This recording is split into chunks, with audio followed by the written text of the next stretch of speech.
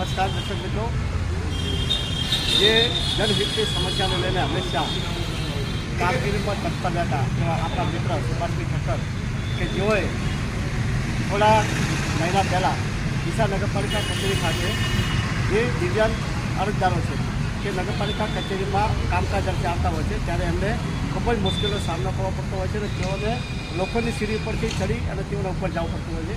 જેના માટે આપણા મિત્ર સુભાષભાઈ ઠક્કરે નગરપાલિકા કચેરી સહિત જિલ્લા કલેક્ટર કચેરી ખાતે લેખિતમાં રજૂઆત કરાઈ હતી અને જે બાદ નગરપાલિકાએ દ્વારા તાત્કાલિક અસરથી દિવ્યાંગો માટે વ્યવસ્થા કરવામાં આવી હતી કે દિવ્યાંગ અરજદારોને કોઈ પણ જાતની તકલીફ ના પડે તે માટે આ ઉપાડીને આ બેલ લગાવવામાં આવ્યો હતો.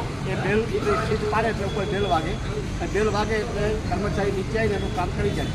પરંતુ આજે દુઃખદ કહેવાય કે એ સિસ્ટમ નગરપાલિકા તરફથી બંધ કરી દેવામાં આવી છે અને અત્યારે આ જગ્યા પર બેલ દેખાતો નથી.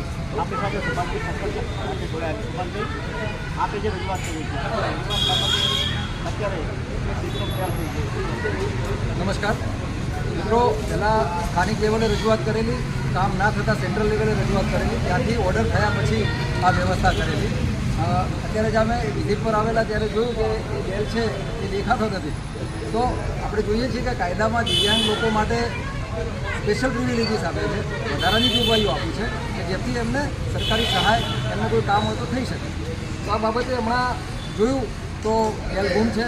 તો અમે રજૂઆત કરી છે આ બાબતને લઈને અને અમને એશ્યોરન્સ આપ્યું છે કે અમે વિધિન શોર્ટ ટાઈમમાં બેલ પણ મુકવડાવી દઈએ છીએ અને એક બોર્ડ પણ મુકાવી દઈએ છીએ કે કોઈ સંજોગોમાં એમાં એક મોબાઈલ નંબર પણ રહેશે જેનાથી એ લોકો કોલ પણ કરી શકે, બેલનો યુઝ પણ કરી શકે. તો અત્યાર પૂરતી તો આવી ખાતરી મળી છે આપણને ઓએસ કોટક સાહેબ દ્વારા. તો આપણે અપેક્ષા રાખીએ કે ઝડપથી એ ફેસિલિટી ફરીથી ચાલુ થાય. પણ મિત્રો, જ્યારે કોઈ આવે છે અને ધ્યાન આપે છે ત્યારે જ્યારે અહીંયા વારંવાર દિવસ દરમિયાન અવરજવર કરતા હશે, પ્રમુખશ્રી હશે, સ્ટાફના મિત્રો હશે, ચીફ ઓફિસરશ્રી હશે, તો શું કોઈનું ધ્યાન જ નથી કરતું કે આટલું એમને તો માત્ર કાગળ પર કામગીરી કરી અને રિપોર્ટ ખવડાવે છે. એમની પોતાની નૈતિકતા ફરક કોઈ આવતી નથી. દિવ્યાંગ હોય કે કોઈ પણ અશક્ત વ્યક્તિ હોય એમના માટે નગરપાલિકામાં આજે પણ કોઈ વ્યવસ્થા નથી. આજે તમે જો કોઈ સિનિયર સિટીઝન હોય અને પગથિયા ન કરી શકતો હોય, આ એક બેઠો હોય તો કઢાતો ઉપર જાય છે. એ પરિસ્થિતિ અમે જોઈ લીધી. એટલે આ સત્ય વ્યક્તિ પર ઉપર નથી કરી શકતા, દિવ્યાંગ અરજદારો પર નથી કરી શકતા. આશા રાખીએ છીએ કે જે કેટલા દિવસમાં આ થઈ જશે, નહીં તો ફરી હું અને સુભાષભાઈ આ જગ્યા પર આવી જ રીતે બેલ પર હાથ રાખી અને અમે આંદોલન કરશું.